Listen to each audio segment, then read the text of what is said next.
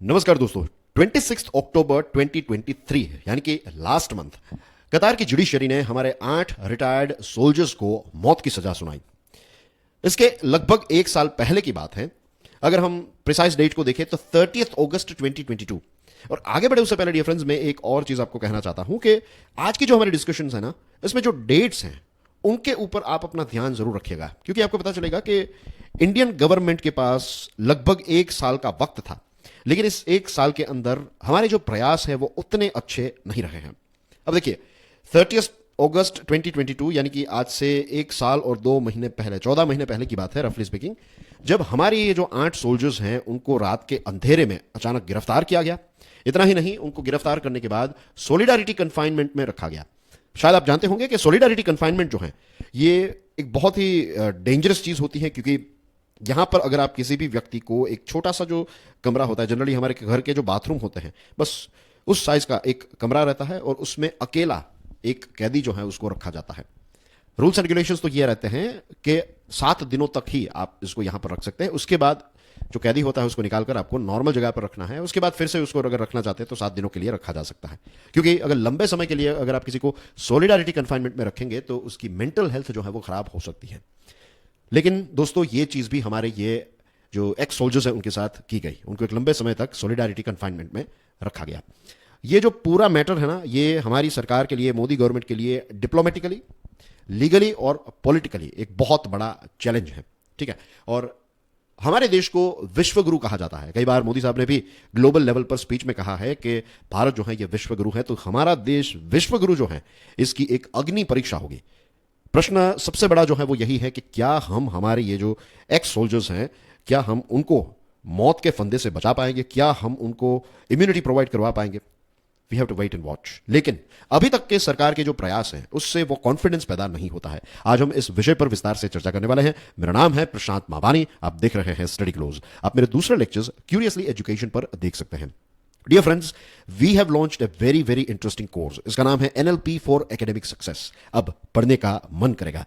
याद रखिए, ये कोर्स जो है it applies to every one of us, right? This is for every one of us. इसमें ऐसा नहीं है कि सिर्फ कॉम्पिटेटिव एग्जामिनेशन की तैयारी करने वाले स्टूडेंट्स के लिए ही कोर्स है। नो, इस कोर्स को डिजाइन किया है डॉक्टर मयूरिका दास जी ने। उनका अनुभव साइकोलॉजी की फील्ड में 15 सालों से भी ज्यादा का है। तो उनका अभी तक का जो अनुभव है, उनकी जो एक्सपर्टीज है, उनकी जो नॉलेज है, वो सारी चीजों का निचोड़ जो है वो आपको इस कोर्स में मिल रहा है। इस कोर्स के साथ जुड़ी हुई सारी डिटेल्स आपको हमारे मोबाइल ऐप पर मिल जाएगी।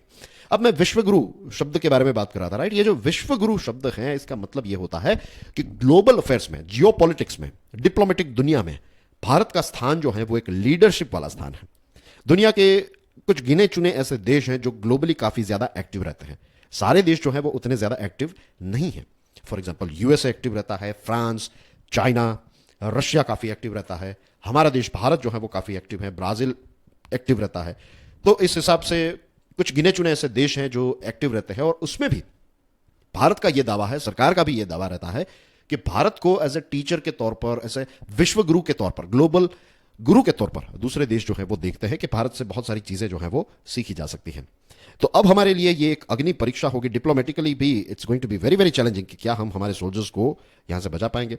अब देखिए दोस्तों, 2 रास्ते हैं हमारे पास। एक तो है जुडिशियल अपील, यानी कि वहां की जो टॉप कोर्ट है वहां पर जाकर अपील करें और वहां से हम केस जीत कर हमारे सोल्जर्स जो है उनको वापस भारत लेकर आए। दूसरी जो चीज है वो ये है कि वहां के जो राजा है उनके पास पार्डन यानी कि क्षमा देने का अधिकार रहता है, उनके पास ये अथॉरिटी है। तो हम गवर्नमेंट टू गवर्नमेंट नेगोशिएशंस करके उनके जो राजा है या फिर उनका जो राज परिवार है, तो उसमें लॉबिंग करके उनको परस्यूएट किया जा सकता है कि कुछ भी करके वहां के राजा जो हैं वो इनको, हमारे जो एक्स सोल्जर्स हैं, हमारे जो ये सिटीजन हैं, तो इनको इम्यूनिटी दे दें, उनको पार्डन कर दें, उनको माफ कर दें। अब फैक्ट भी ये है, and you will be surprised to know this fact, कि पिछले 14 महीनों का अगर आप पूरा अफेयर देखेंगे देन यू विल फाइंड के काउंसिलर एक्सेस के अलावा और कोई खास सपोर्ट जो है वो हमारा देश इन 8 सोल्जर्स को प्रोवाइड नहीं कर पाया है।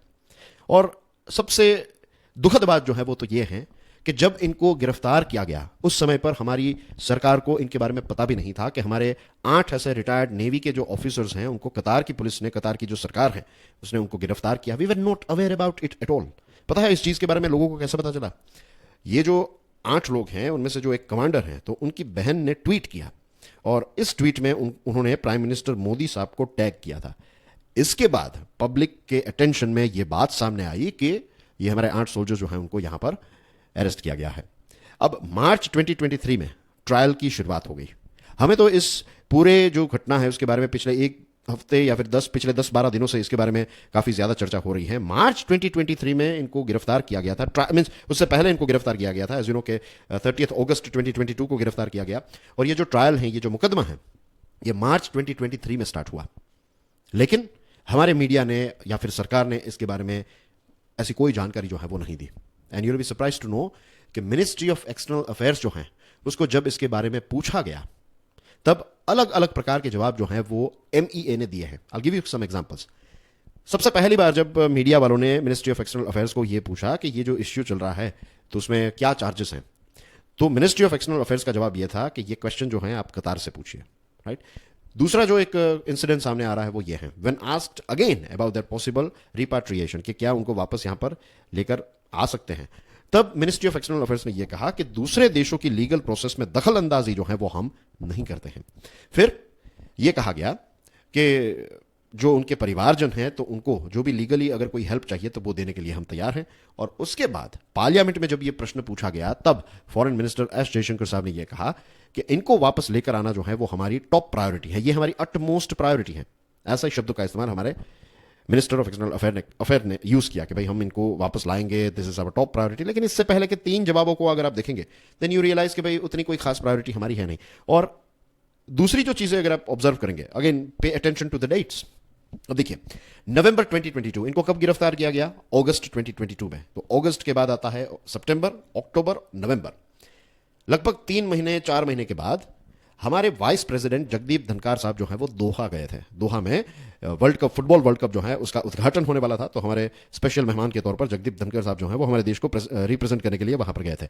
उस समय पर उनकी बातचीत जो है वो वहां के राजा जो टॉप हैं, वहां के डिफैक्टो लीडर, सबसे पावरफुल लीडर शेख तमीम बिन हमाद अल थानी साहब के साथ हुई। लेकिन इस मुलाकात में उन्होंने हमारे इस सोल्जर्स, ये जो सोल्जर्स है ना, उनके बारे में किसी भी प्रकार की बातचीत जो है वो नहीं हुई। अब क्यों नहीं की गई वो बातचीत, क्यों वो एजेंडा का पार्ट नहीं था, इसके बारे में किसी भी प्रकार की क्लैरिफिकेशन जो है वो सरकार ने नहीं दी है। दूसरी चीज, लास्ट ईयर दिवाली 2022 की ग्रीटिंग्स जो हैं, तो इस मौके पर, दिवाली के मौके पर, बेसिकली अक्टूबर में दिवाली थी 2022 में, तो मोदी साहब और अल थानी साहब के बीच में टेलीफोनिक कन्वर्सेशन हुई। और इस टेलीफोनिक कन्वर्सेशन में भी ये टॉपिक जो है वो डिस्कस नहीं किया गया था, राइट। अब प्रश्न ये उठता है कि भारत वैसे देखा जाए तो डिप्लोमेटिकली काफी ज्यादा ताकतवर देश है। भारत कोई ऐसा दूसरे देशों की तरह नहीं है। बहुत सारे ऐसे देश हैं जो डिप्लोमेटिकली उतने हैवीवेट नहीं रहते हैं, लेकिन हम तो डिप्लोमेटिकली काफी हैवीवेट देश माने जाते हैं। और हमारी जो फिलहाल सरकार है इसको तो काफी नेशनलिस्ट सरकार कहा जाता है, मस्क्यूलर और नेशनलिज्म वाली सरकार है।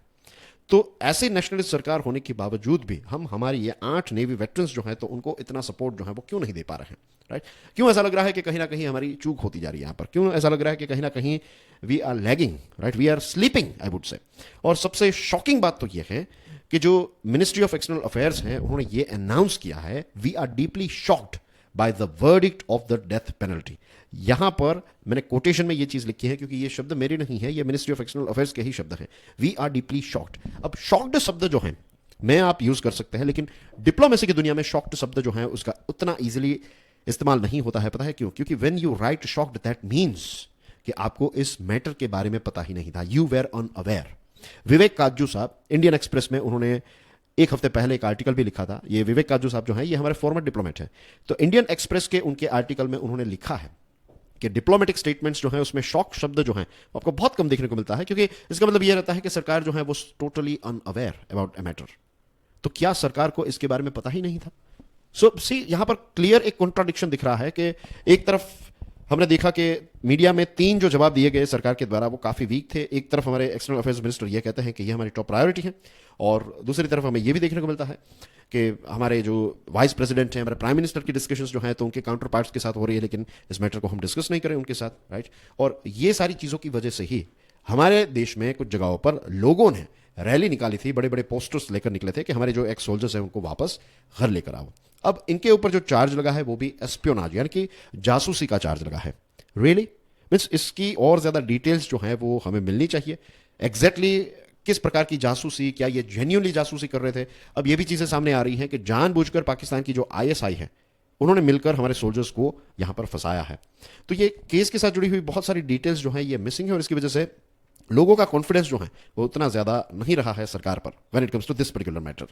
इंडिया कतार जो है वो भी एक दूसरे के दुश्मन देश नहीं है। वी हैव रीजनेबली स्पीकिंग अच्छे रिलेशंस, और पिछले कई समय से अगर हम देखें तो रिलेशंस काफी ज्यादा इंप्रूव होते जा रहे हैं। लगभग हमारे 8 लाख जितने लोग, 8 लाख इंडियंस जो हैं वो कतार में रहते हैं। और डिफेंस और एनर्जी जो है ये हमारे ओवरऑल बायलैटरल रिलेशन के 2 स्ट्रॉन्ग पिलर्स है। पीपल टू पीपल कॉन्टैक्ट भी काफी अच्छा है। फिलहाल भारत जो है वो कतार में एक टॉप लॉयर ढूंढ रहा है कि एक ऐसा लॉयर ढूंढा जाए जिससे हम हमारे जो 8 सोल्जर्स हैं उनको बचा सके, उनको लीगल प्रोटेक्शन जो है वो दे सके। आपको याद होगा कुलभूषण जाधव साहब का जो केस है, पाकिस्तान ने उनको मौत की सजा सुनाई और फिर भारत जो है ये केस को आईसीजे लेकर गया, और फिर हरीश साल्वे साहब जो है उसने केस लड़ा। 1 रुपया लिया था उन्होंने, सिर्फ 1 रुपया, 1 रुपीज फीस चार्ज की थी, और उन्होंने ये केस जो है वो लड़ा था। और फिलहाल कुलभूषण जाधव साहब जो है तो उनकी डेथ पेनल्टी जो है तो उस पर एक प्रकार की ब्रेक लगाई है। दूसरी एक चीज है, दूसरा जो ऑप्शन है हमारे पास, एक तो जुडिशियल वाला ऑप्शन है, दूसरा जैसे मैंने आपको बताया कि वहां पर राजाशाही है, वहां के जो राजा है वो सबसे ताकतवर है, तो उनके पास ये पावर टू पार्डन है। तो कुछ भी करके हमें ये पावर टू पार्डन जो है, अगर लेट्स से कि जुडिशरी लेवल पर अगर हम फेल होते हैं तो प्लान बी में we should get power to pardon from the raja. Global level पर देखें तो कतार एक बहुत ही इंपॉर्टेंट देश है। कतार इज नॉट ए, भले ही छोटा देश है, पॉपुलेशन उतनी कोई खास है नहीं, लेकिन कतार is also a heavy weight country. Al Qaeda और यूएसए के बीच में, या फिर आप समझ लीजिए कि तालिबान और यूएसए के बीच में प्रिसाइसली अगर हम बात करें तो के 2021 में यूएसए जो है वो अफगानिस्तान को छोड़कर वापस चला गया, राइट, अफगानिस्तान से एग्जिट हुआ। तो ये पूरी जो डिस्कशन थी यूएसए और तालिबान के बीच में, तो उसको किसी ने मीडिएट किया है, तो दैट इज कतार। सो दिस इंडिकेट्स कि Qatar is a very important player. दूसरी चीज, अभी हमास और इजराइल के बीच में जो युद्ध चल रहा है ना, तो इसमें भी एक इंपॉर्टेंट स्टेक होल्डर अगर कोई है तो दैट इज कतार, क्योंकि ये सारे अलग अलग जो टेररिस्ट ऑर्गेनाइजेशंस हैं तो इनकी ऑफिसेस आपको कतार में देखने को मिलते हैं। उनके टॉप लीडर्स जो हैं वो भी कतार में रहते हैं, जैसे कि हमास के जो टॉप लीडर हैं तो इज रिसाइडिंग इन कतार।